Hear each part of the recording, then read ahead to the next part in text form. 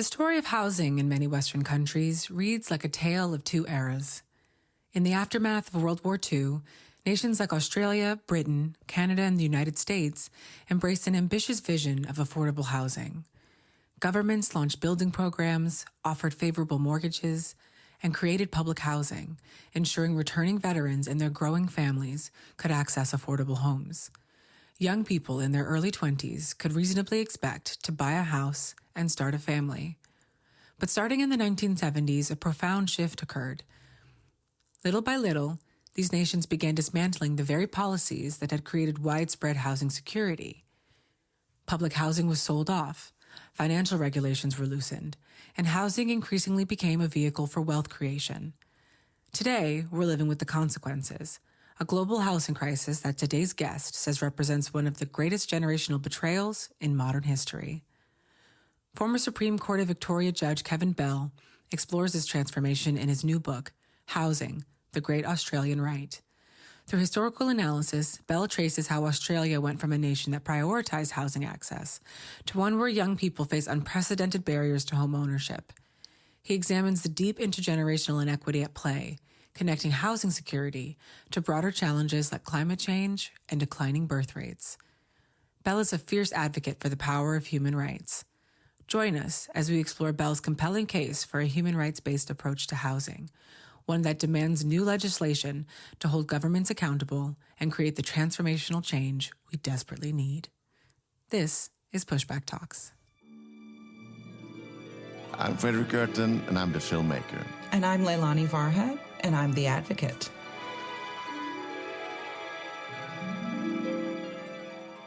And this is Pushback Talks. And you see, it's not because of whiskey, this voice. It's like, actually, it's some kind of winter cold. Too bad. But here we are, connecting Canada with Sweden and, of course, the rest of the world, because we have listeners, what we know of, in 162 countries around the world, which is pretty cool.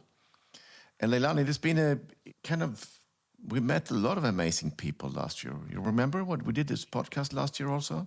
I do. It was a great year we had with amazing guests. Do you have a favorite? A favorite episode? I think the talk with the Paris deputy mayor, Christophe Najdowski, was really, really cool. Yeah. Because what is happening in Paris is like a little bit, it's told, but now we got the engineer behind it in some way. And politics is very much engineering, so it's cool. I also like the Singapore episode we did. Me too. And I think I've seen a little traffic on social media around that episode. I think people are really interested because everyone talks about Vienna and Finland as the kind of, bright lights on the housing landscape. But Singapore, super interesting. And I think people are interested to learn about it. And then we started off the year with a chat with the writer Vincent Bevins, who is like really talking about pushing back because he wrote a book about the popular uprisings in the last 10 years and his lessons from that. I think that's really also worth listening to. Yes. And, I was thinking we should consider inviting Vincent back to get his take on the status of protests around the world right now. I mean, people have been protesting for more than 14 months now against what's happening in Gaza, for example. I would love to know where does he think this has had an impact? What kind of impact? Where is it going? Maybe a future episode. Yeah, one line I remember from that chat with Vincent was that the Arab Spring wasn't a lost case, he said. Yeah. And now we can see the result of Syria going down because it is also an effect of the Arab Spring, even if it took 13 years. Yeah. And we don't know what's yet to come. What will happen in Egypt now, or what will happen in Iran, or in Iraq. So it's like, or in, let's say, also Lebanon after all this, and maybe also within the very complicated state of Israel. What will happen when Netanyahu has lost all his enemies and he starts, because he lives from his enemies, and suddenly he will have to face the Israeli court system. hopefully. Hopefully The Hague. The Hague, yes, exactly. So I think it's interesting. And we had a lot of other interesting episodes too. We did. The digital nomad episode was really interesting as well. And I'm also wondering, how's that going? Are people still digital nomads? Are they still going elsewhere They are. to do their work and It is. ruining other people's lives? Well, we didn't share the total same attitude. I think people have the right to move around, but they don't have the right to push out tenants from their homes, and that's up to the states and the cities to protect their citizens. Yes, I know, and I think we have an agreement there. Okay, so we agree, and we agree, and then we did do in the past year a set of podcasts on the shift directives, a piece of work that I poured myself into for quite some time, which was really the idea was to get governments and private actors, landlords, private equity firms to behave differently and to think about housing in a different way. And so we did, I think, 4 episodes on the shift directives that we're hoping will be useful, particularly to professors at universities and to students. Yeah. And I guess also for activists and politicians, Sure. So, because my city here, Malmö, Sweden, you met the mayor, and they want to have the UN goals as a part of the city politics, So, yeah. So what does it mean? So and do the what shift directives help? Exactly. Yeah. So I think that's something we should look into during this year also. How Sure. can cities use your directives? Are they useful? Yeah. For a city? Exactly. Let's connect some mayors and some also companies. Do you know a company that would need to understand better their obligations? I know a few. You know a few? Okay. I know a few.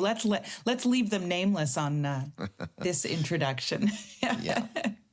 We will not invite Elon Musk because we don't like him, and we only want to have people who we like here in the podcast. This is a friendly. It's a friendly space. That's right. It's a friendly podcast. We don't do assholes. It's asshole free. Or isn't it? Did we have any assholes here? Of course not. No, Our guests are amazing. Yeah, that's what I'm trying to say. Yeah.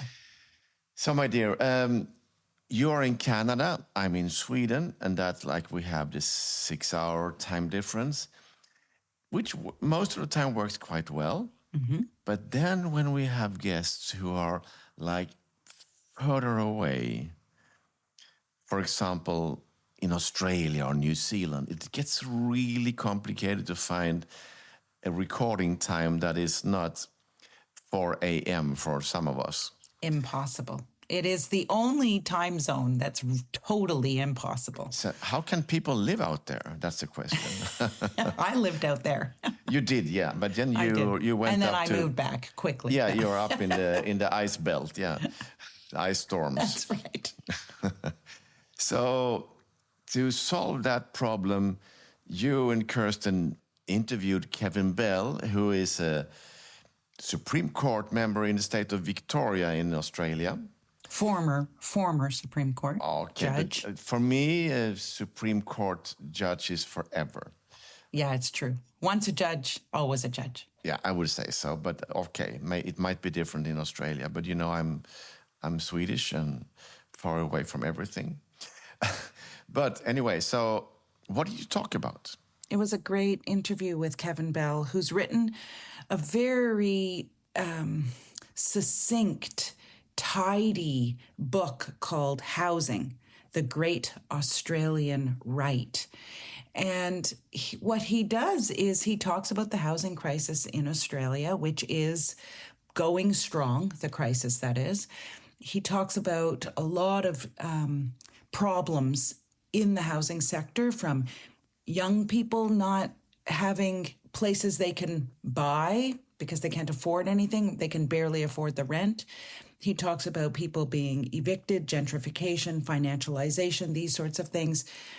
And where he lands, which is music to my ears, of course, is to say that we have to pivot away from housing as a commodity and toward housing as a human right. And he really, for me, it was amazing because he gave me a little more confidence and faith in human rights at a time when I am not so confident about human rights because of the state of the world. And so he's inspirational.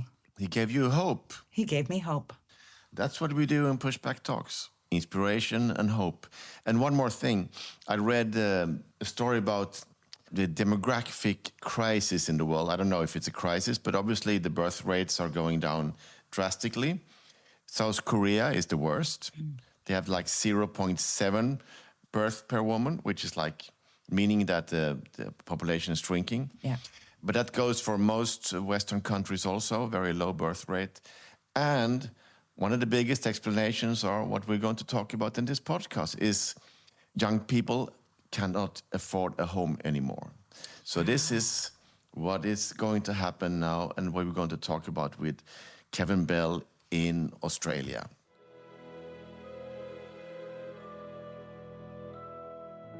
We'll hop right in. So you call housing in Australia a disaster. And so I was curious about what is the experience of a young person looking to purchase a home in Australia these days? Oh, not good. Young people are in that group where access to home ownership is falling fastest.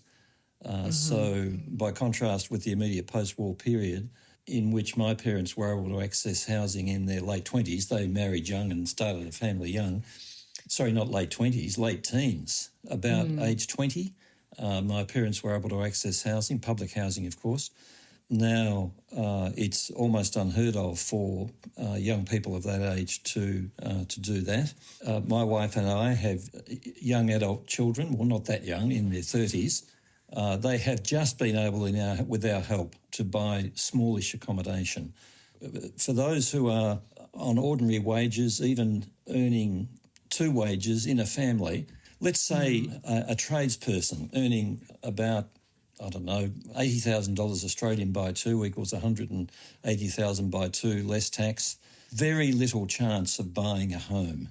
Some chance may be of buying an apartment, certainly not a big one, but a freestanding home, very, very unlikely. So we are looking at a problem that has profound intergenerational equity aspects. And the connection with climate change here is really quite close. Something has happened from which our generation has benefited profoundly. That something is affecting in a negative, profound way the next generation, if not the next 2. Yeah, absolutely. And that's something that I definitely have seen reflected in my own experience in Canada, is that even if you are, making what was formerly a well above living wage, the options available are absolutely minuscule. And that's something, please go ahead. No, I'm really just expressing sympathy with the predicament, because I feel a sense of, not responsibility for what's occurred, but a sense of responsibility to try and do something about this predicament. It's easy to talk about. There are real barriers to ordinary, natural human aspirations, which are erected by this problem. And whenever I talk about it in the way that I am now, I always pull myself up and think, well, there are people there who can't do what my parents did or what I did. They have a different outlook on life now. And sometimes this leads to a real sense of desperation, a real sense of disengagement from society, from processes of government on which they really ought to be able to rely, but feel a sense, well, that's not for me. If I can't access housing of the kind that I need, to which I can reasonably aspire, what's my stake in government? What's my stake in society?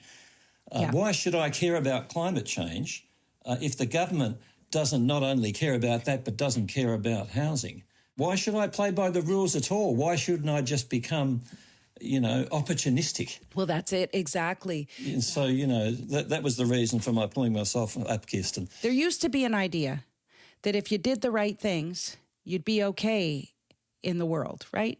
So go to school, try to get good grades, maybe go to university if you could afford it or if it was available, find a job, buy a house, or even rent a house. Yeah. And those rules don't apply anymore. I mean, when I look at young people and they have multiple degrees, right? They're going to university and getting degree after degree just to find a job.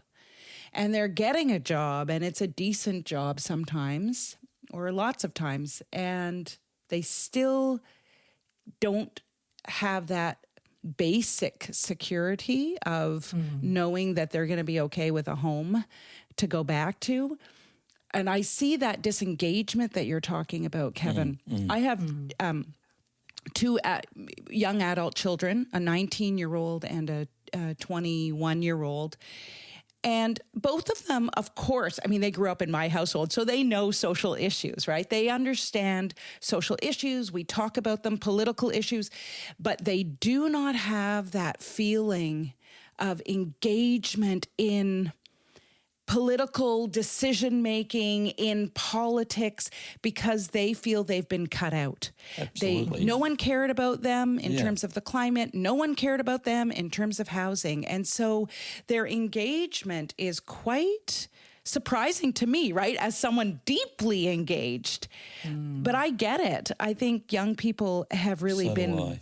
Yeah. It's a massive intergenerational breach of trust. That's right. Breach of social trust on a massive I love massive that phrasing scale. of it.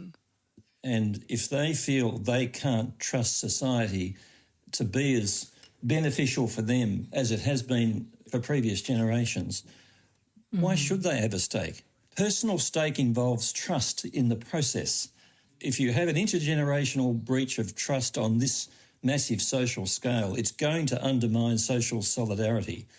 And that's one of the big issues. And I see that happening now, and it really concerns me. Was it the disillusionment that you mentioned with younger people? Was that what compelled you to write the book? Were there other things? What was in your mind when you made the decision to write the book? Yes, in part, I could see the reprehensible impacts of unequal access to housing on a system scale affecting particular groups in ways which I found to be unconscionable. Human rights provides me a way of understanding why it's happening, what the implications are, the way forward and so on. But from a personal and moral point of view, for me to observe the impact on a systemic scale, I just found intolerable, morally intolerable. So I decided, having left the court and freed up some time, and being freer also, because of course I couldn't have written this book on the court, it's too political. But not being freed up intellectually, and as a spokesperson, I thought, all right, I'm going to go into it. And then I had the choice to decide whether to write something more scholarly, or whether to jump in and try and have an impact here and now, and into the future. So I made the latter choice. Yeah, when you say this, the idea of things being morally intolerable, I mean, we're at a period in human history, I think, a very distinct period where there are a lot of things going on that are so morally intolerable. And I think in affluent countries like Australia, and I live in Canada, homelessness is one of those things. And I used to say, when I was the UN Special Rapporteur, and especially when I was writing that report on homelessness, but homelessness has always been that issue for me, the one that kind of keeps me up at night, etc. I used to say, I cannot believe people are not standing on street corners, tearing out their hair and yelling about the moral failure of our governments, not just allowing homelessness to happen, but creating it. Yeah. And I still am like that. I cannot believe that governments are not doing everything within their power to prevent more homelessness and to address existing homelessness in light of, and you have that, a beautiful piece, and I've written about this as well, in light of the relationship between homelessness and life itself. Yeah. A report came out today reinforcing that finding that the right to life is affected by homelessness per se. So as recently as today, mind you, we had the data before, but it's been renewed. And so it's not as if we need to find something out, Leilani. We know it, and it's a puzzle. I agree with you. I've reflected on this. Why?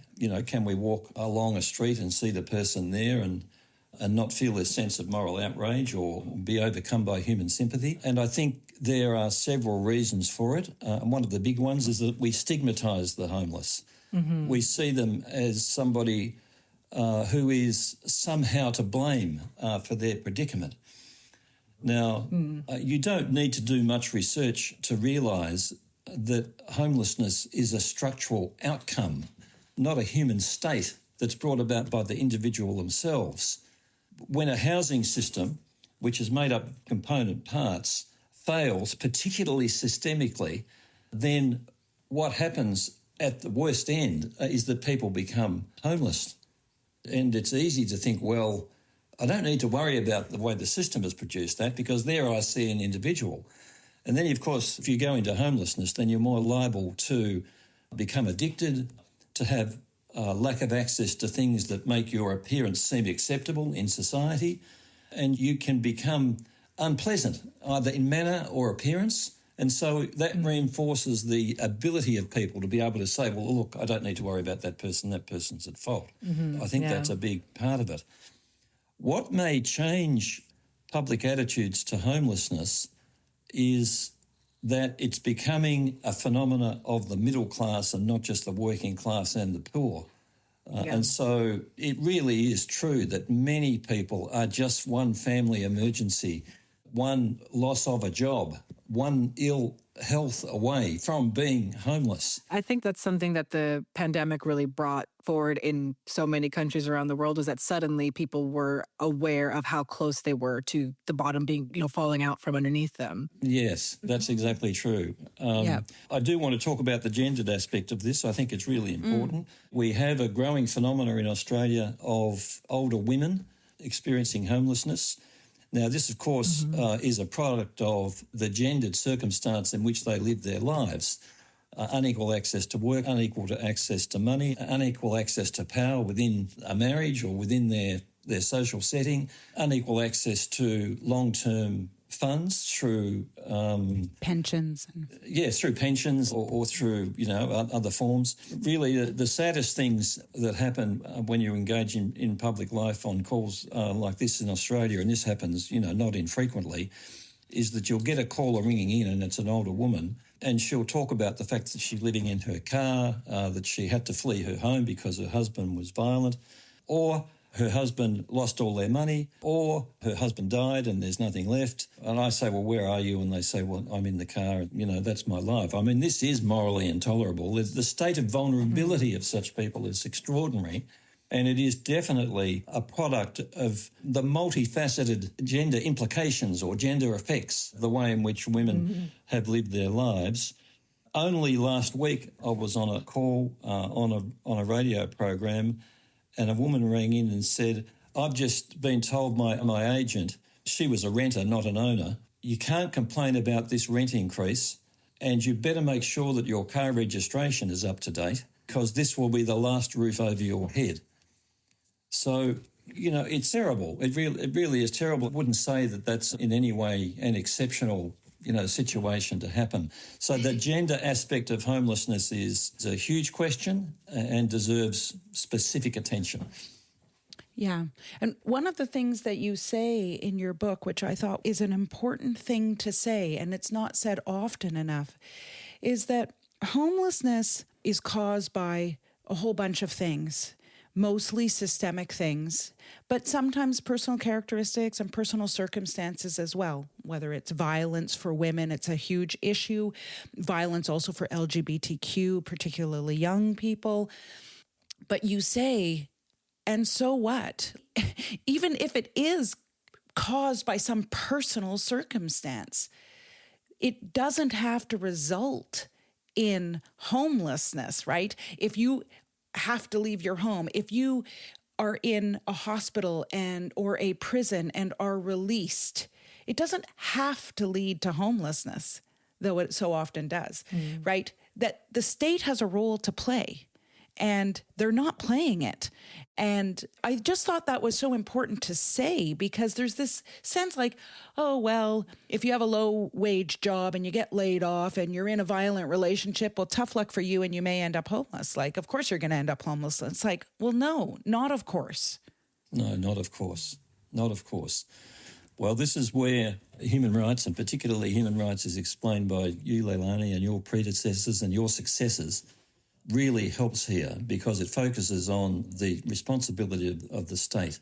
And the responsibility of the state is to create a system within which people can access housing in all circumstances.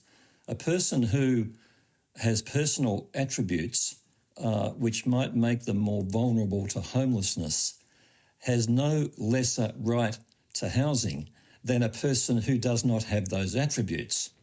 The right to housing doesn't distinguish between persons, one person as being more worthy and another being less worthy. It sees the human person as such and asks what's necessary for them in their circumstances.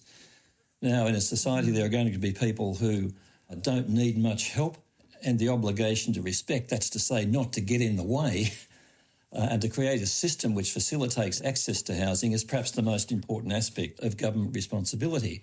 For the others, people will need protection, and government should and must, if it's human rights compliant, create a situation in which those people can't be discriminated against on grounds of gender or race or poverty or any other ground.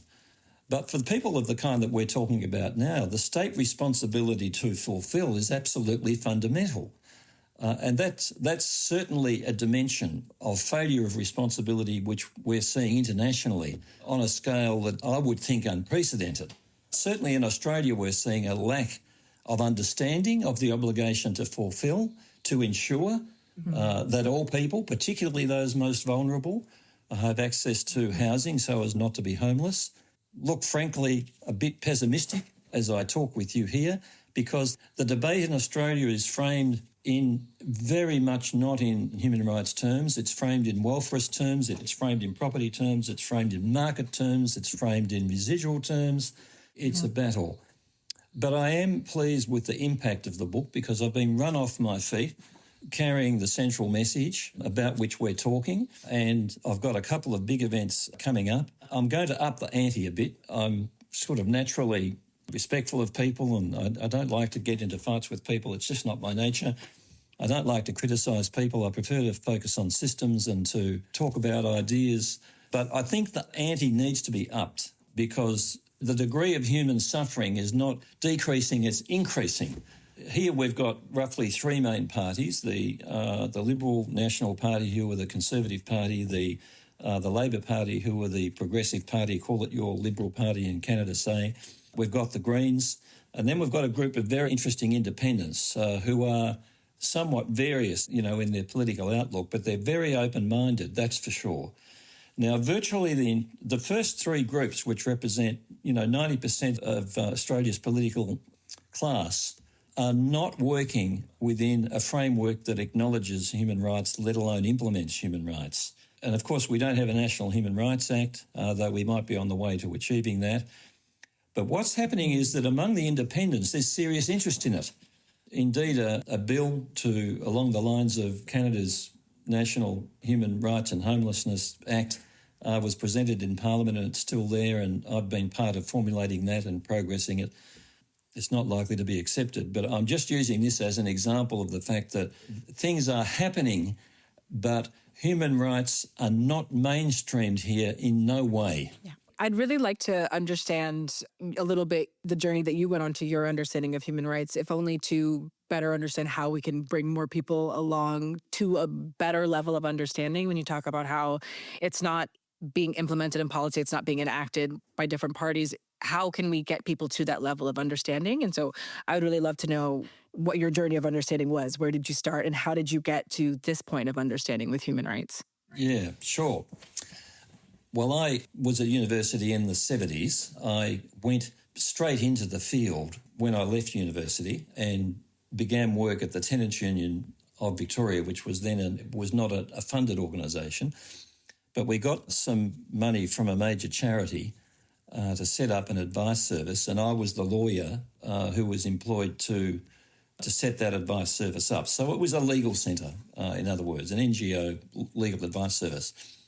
And we had to separate out the advice side from the political side because the funding agency wouldn't let the two be combined, and this is a familiar problem, and that's why we have a special rapporteur for the protection of human rights defenders and so on. But running alongside the advice service, we had a campaign for tenancy law reform because laws then were based upon protection of the property interest of the landlord, and there was no protection for tenants who could be evicted without cause, etc., etc., etc. So that experience brought home to me as a young person in his mid to late 20s that housing really mattered to people, and a system based on allocation of goods through a market bound to operate unfairly to those who are unequal in that market, either not possessing information or power or income or whatever. I did economics law, so I had some understanding of basic economic precepts. I have to pay tribute to the influence of important friends. At that time, I had, really wonderful colleagues, Michael Silvaris being one of them, Dennis Nelthorpe being another. I was brought to realise just how important human rights were. But remember, we're talking here in the late 70s. The ICCPR and ISESCA had only come into force in 76. So, it was very early days. But Leilani, I think you'll be delighted to know the first time I realised that there was a human right, and I remember the moment. It was like one of those, special moments in one's life. I don't know how I picked up ISESCA, but I read it, and there was the right to housing. I thought, my God, you've got to be joking. There's a right to housing. What's this? What's this human rights business? And, of course, that took me on a very, very long journey through advocacy, judicial work, of course, where I focused on housing, through to my post-judicial experience, the book, and so on. Now, how do we get people to understand the significance of housing? Well, I think the first thing is the most difficult, and you, Kirsten, I think are already there. That's accepting personal responsibility for personal understanding, because human rights stuff is difficult. It's mind-bending. When you've had a conventional education, the idea of putting people first always within your intellectual approach to anything actually doesn't come naturally. And the system's not organised in that way. The system's organised to produce reward for input, and the reward's normally personal. Most people think that way, with the idea of helping somebody else being a charitable add-on to one's worldview. Yeah. Yes. And not only that, it's my understanding of it. I had a moment where I realized that I had almost been taught to respect someone else's right to make a profit. Right. Yes. It's like, well, I mean, if they want to run a business, then, that's their right to do so. And then when I realized my mind was blown wide open and I was just telling everyone around me, I was like, have you thought about this really? Have you really thought about the way that we prioritize things globally in our economy and in the way that we live our lives? And it was a really big moment for me. That's a lovely thing to share. Thank you. I really will treasure that. And that's exactly the point I'm making. But once, you've already got there. And then, of course, it's advocacy, as much as possible, keeping that foot on the accelerator. Mine's off just now. I'm exhausted, to be honest. I'm just totally exhausted. I was wondering how I'd come across in this interview because I've just been going so hard. You don't sound exhausted. You sound energized by the idea. It's probably being with you too. It's done that. You've said many things that I'd like to pick up on. Of course, people who regularly listen to this podcast or who follow my work know that I'm maybe obsessed with the idea of the commodification of housing, or what I call the financialization of housing. And you pick up on that very centrally in your book.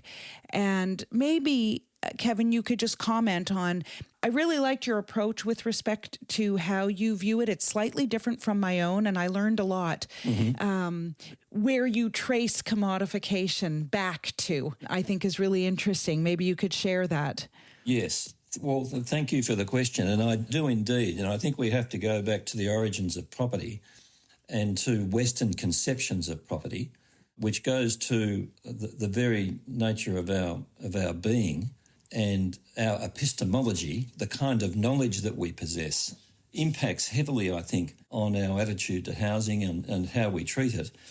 And of course, as soon as we talk about property and understandings of property, we have to understand that the country from which I'm calling and the country into which I am calling, being yours, are colonial countries where so-called enlightened European nations arrived and just took. And this idea that property is for the taking, for utilisation by the taker, for individual, not for social purposes, is, I think, part of what helps to understand why we do this.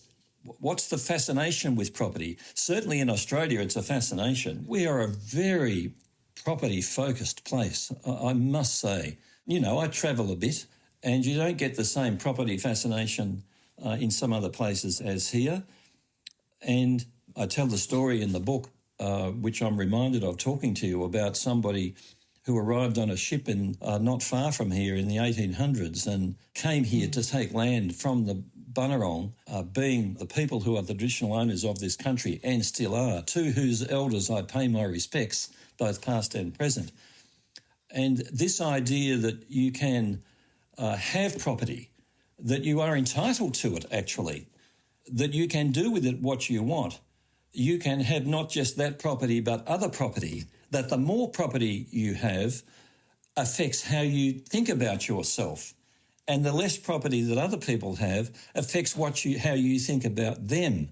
You look to the system to create an environment in which these essentially individual aspirations can be realised, and you think less of a system if it doesn't. And because you're so focused on the individual property in its individual or in its aggregate form and on you, you disengage from the social implications, the systemic implications of a system that's organised this way. I'm not here, of course, advocating the abrogation of the private market, but I'm certainly here to advocate for its heavy regulation. Of course, in most countries, the private market is a means by which property, i.e. housing, i.e. homes, are distributed. But in Australia, the tax system is geared heavily towards private accumulation by individuals who can have mortgages to buy properties, one, two or more after the other. And Kirsten, this is a big part of the intergenerational inequity that has occurred in this country, because you asked about the position of younger people. Well, younger people are a group, very few of whom are able to access taxation concessions in very large proportion in order to accumulate a portfolio of housing, because when they arrive at an option to bid for a home are up against somebody who enjoys these concessions, being an older person, and they're outbid. I mean, I've seen it happen. It's a terrible thing. And so I do think that there is something about that our creation story, which is a creation story of colonial acquisition of land, has helped to create a national psychological attitude which is an impediment to the population having equal access to housing, and most especially that proportion of the population who are affected by colonialism most, being, of course, the Indigenous peoples of Australia, who are far less likely to own a home, far more likely to be tenants, far more likely to be homeless, and whose position is the worst of all. But they're fighting back and doing a strong job of it. And I could give you many examples. Yeah, I mean, I found that aspect of your books very vital to the conversation, because when I said I have a different sort of way of talking about it, it wasn't about that. The fact of colonialism and the fact of what I call neo-colonialism through this uber financialization of housing right now has to be understood, and there has to be a reckoning of some sort. And I do not think we can solve the housing disaster, if you will, without a reckoning an understanding that we need to value land and property differently than we do now as a culture, and that this idea of wealth extraction as the primary purpose of land, property, housing, and individuals, tenants, homeowners, as simply a vehicle for that, right? I mean, that's the purpose of a tenant now, is that they allow for capital accumulation of others. And that's their sole interest of a market-based system that's on steroids. And unless we undo that somehow and go back, and I'm a lawyer, I was taught in law school, go back to first principles. When things get complicated, when you don't understand something, go back to first principles. And for me, those first principles are what you were talking about with respect to human rights. The fact that human rights adhere to us as human beings. It is the fact that we are human that means we have human rights. It's not a merit-based system. And going back to the fundamental idea that housing should produce something human, and that human thing is dignity, security, right? Those are human things. So I find it really powerful to talk about colonialism. We're in a moment right now where that is a very prominent conversation for a whole bunch of reasons. And thankfully it is. Thankfully the First Persons of Australia are making that conversation real in Australia. Indigenous peoples in Canada are doing the same. Recently, I've seen a lot going on in New Zealand. The Maori have been very strong recently in their parliament, et cetera. And so, it comforts me to know that there is another way to think about land and property and housing, right? I start feeling much calmer when I think, right, the value actually of this stuff is humans and promoting humanity, promoting dignity, promoting life itself. Well said, Leilani. It's interesting to reflect on the way the First Peoples of Australia now think about land. Because, of course, they are having to confront modernity, which is based on individualistic principles, which are very different to those that they have. And they're certainly not against home ownership, and they'd love to have homes if they could get them. But that would be, and I'm not speaking for them, of course, by no means. I'm just sharing my own understanding, things that I've gained from talking with many people about this, because obviously I'm interested in it. But the home owned is a place to live. Preferably it should be on their own country, so it actually means they're living in country, which is a profoundly spiritual thing for them. If they can't have that, then to rent, sure, and nobody is seen to be somehow, deficient or less of the person because they rent. And if they can't have a home and they're homeless, well, that's a terrible thing, and there's a duty to help, extremely powerful ethic of sympathy and responsibility for the whole group. And so there's this need to reach out and to try to help them. And I've just given those three examples, so the case of ownership, the case of renting, and the case of homelessness.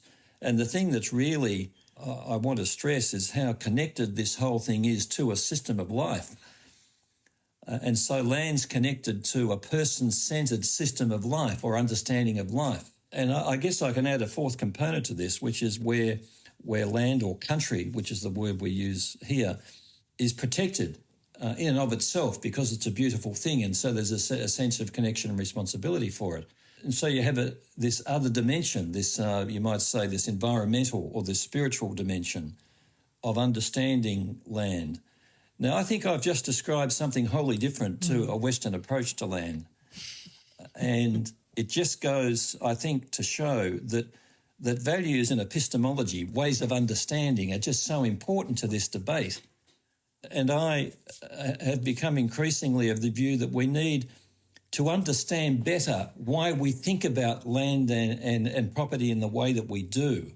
You're extremely concerned about financialisation because of its pernicious impacts on markets all over the world and therefore on people's access to housing all over the world. behind that is an attitude towards land as a commodity, which can be used freely for investment as of right. That's a Western idea that goes back to the very origins of Western civilization. Yeah. You have a lot of really great, like a lot of really great moments in the book where you distill thoughts in a really wonderful way. One of those things that stood out to me was a little bit later in the book. Is it all right if I read the excerpt that Sure. jumped out to me? Sure. And it's just, values produce actions and outcomes. If you do not have the right values, you will not have the right actions and outcomes. Valuing housing primarily as a commodity for private investment is deeply entrenched in the system. It is a structural cause of the housing disaster which must be addressed. The values underlying the system will not be changed by purely policy-based, non-legislative approaches. I just thought that was a really great kind of summary of Thanks, Kirsten. what's really at the foundation of it for me is, it's that underneath all of it, there's a value system that needs to be addressed. All of, the economics, the actions of the private sector, the ways that government engage with housing, with those living in homelessness, all of that is founded on values and how people understand those values. Thank you. But the end bit is super interesting from that quote, because what you say is, a policy here, a policy there is not the fix. And this needs to be legislative. And maybe you can speak to that, Kevin, because that is certainly the conclusion I've reached in much of my work. I wish it could be solved through nice policies, but you're a former judge, once a judge, always a judge, I think. What's the power of legislation? The power of legislation is that it is law. And if the right to housing is recognised in law, then it's elevated in its status. At the moment, the right to housing has a kind of rhetorical status. That's helpful. I used to have to frame human rights talk in social justice terms. And I used to have to frame it, human rights talk in consumer protection terms, because that was the lingua franca of the day and nobody understood anything about human rights. Well, now I don't do that. And I don't think we should, because human rights is a more fundamental and comprehensive way of understanding what people need and that which they are entitled to ask from their government than any other form of discourse. So it's got rhetorical power, surely, and it informs policy to a degree, and I'm not going to jump on that and say, that that's a bad thing. We need policy to implement ideas, but the question is, what's the status of the idea?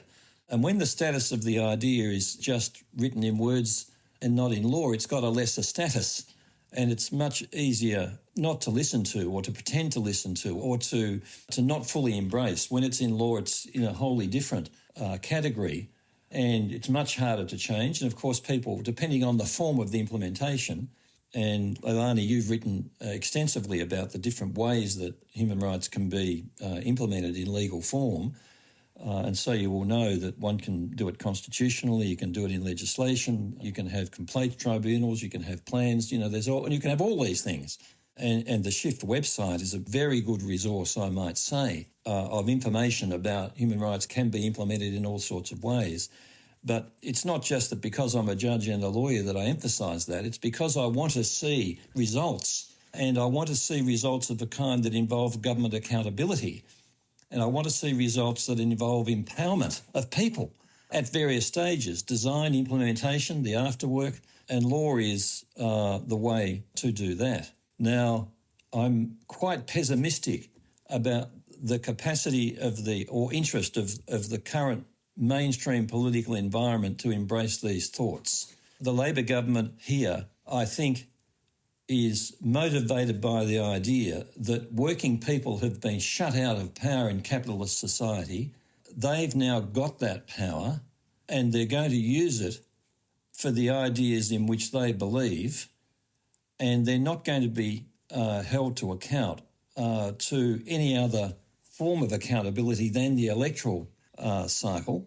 And therefore housing, i.e. what people need in order to live and to flourish in this country, is very much a product of the electoral cycle. Now, this is essentially a cycle in which policy reigns supreme. And the fact that we're in this disastrous circumstance where people on a massive scale don't have access to housing or adequate housing is just proves positive that policy is not enough.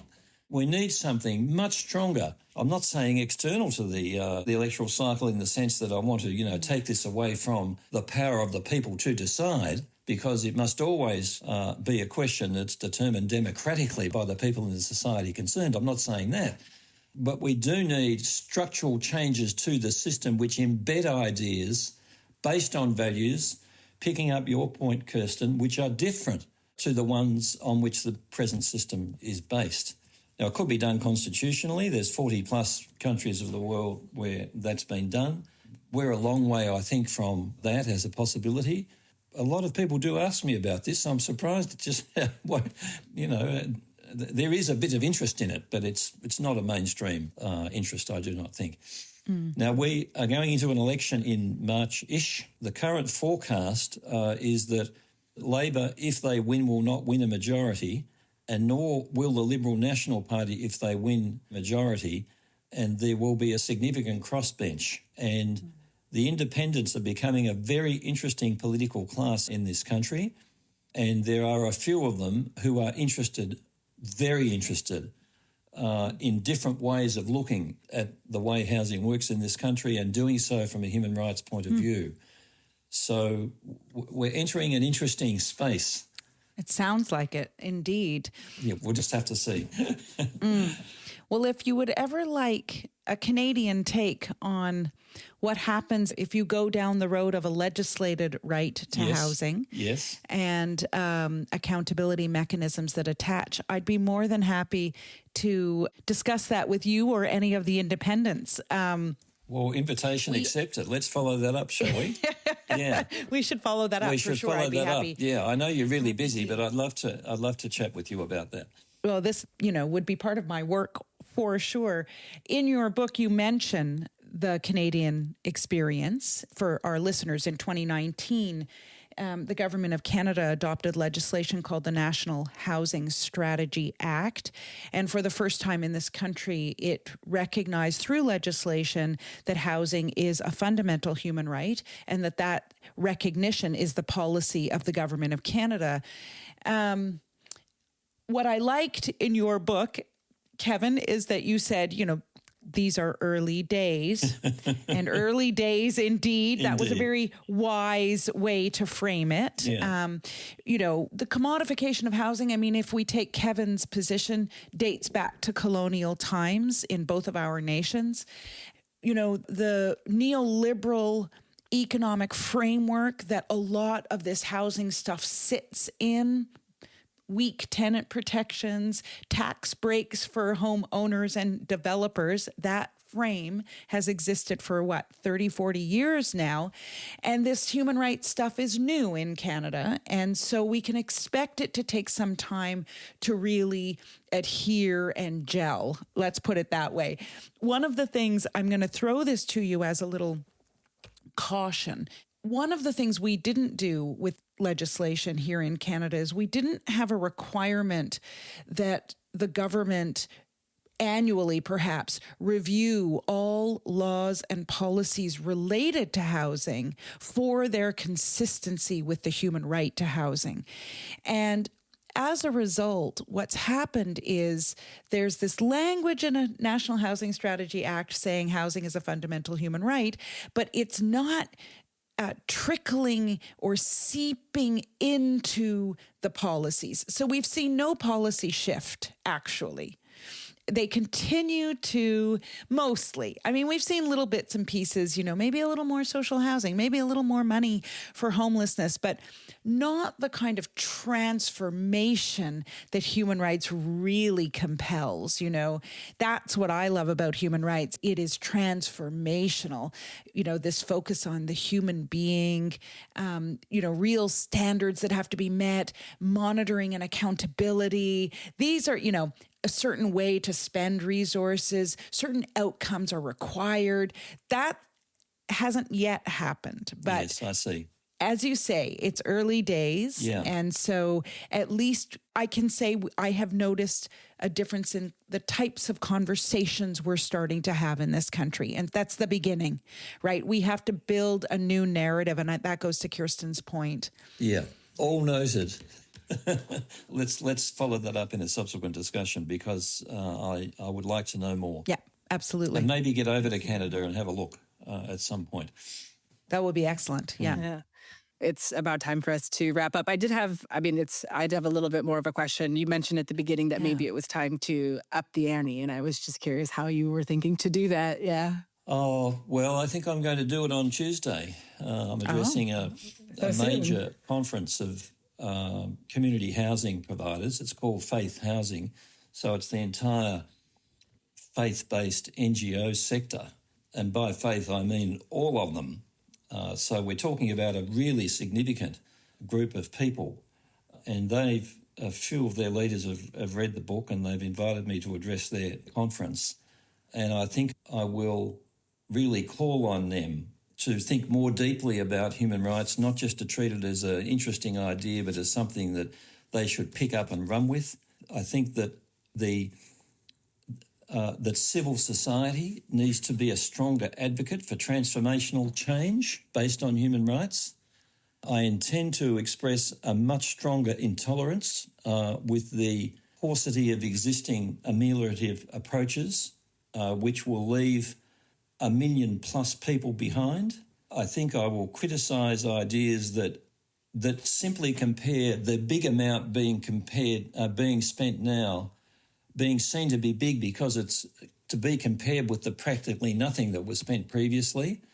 So what I might call, relativism, policy relativism, I think needs to be criticised. We need to get back to rights, which is intolerant of the idea that we can be happy with doing better. We should be talking not about doing better but leaving no one behind. So I think these ideas I haven't pushed to the fore. I've been rather an explainer. I've been a human rights explainer. Right. You might say an educator. I think I need to move from human rights education to human rights promotion. There are different things. Yeah. I hope this answers your question, Kirsten. Oh yeah. It absolutely does. I'm trying to up the ante all the time, around, at least in my personal life with people, right? Good to hear. So I'm happy to hear. I mean, I have to. It's when we talk about when we talk about young people, that's I fall squarely in that bracket. You sure do. Yeah. I'm in everyone's face about it happily. Well, you are personally an inspiration. You are very affected by all of this, and it's really inspiring to see just how you have such a clear idea of where it hits you and others and what needs to be done. It's fantastic. Thank you. And I want for everyone to up the ante wherever they can. Well, you know me, always upping the ante. I love it. I love that. It's a mode of being these days, sad truth.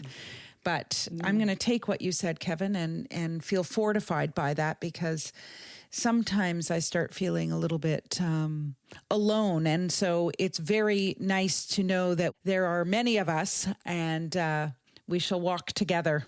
There were a few really moving moments in the push, very many really, but that moment when you looked out of the window across the big city and asked yourself, what on earth am I doing?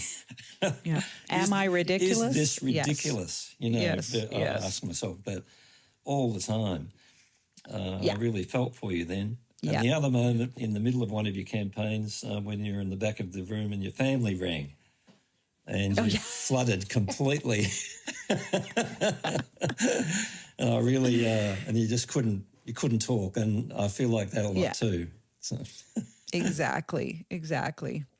Well, thank you so much, Kevin. This was a lovely conversation, and I really applaud your book and your efforts at moving this in Australia. I lived in Australia for a couple of years. My partner is Australian. Oh, I didn't know that. Yeah, and I know exactly what you mean about the culture there, the obsession with property, the fact that you have no Charter of Rights and Freedoms, no national human rights legislation. It was one of the things that I actually, believe it or not, found quite difficult about living in Australia, having come from Canada with our Charter of Rights and Freedoms. And even though it wasn't always being interpreted how I would have liked, it was in me, believe it or not, this piece of legislation really was in me. It is something that distinguishes Canada. And when I got to Australia, I really realized This was at the end of the 90s and the beginning of 2000s, and really realized what a difference it makes if you don't have that orienting rights legislation. So I really applaud your efforts at trying to move this forward. And if I or the Shift can be of assistance, we're here. Thanks, Leilani. I really appreciate it. Thank you so much, Kevin.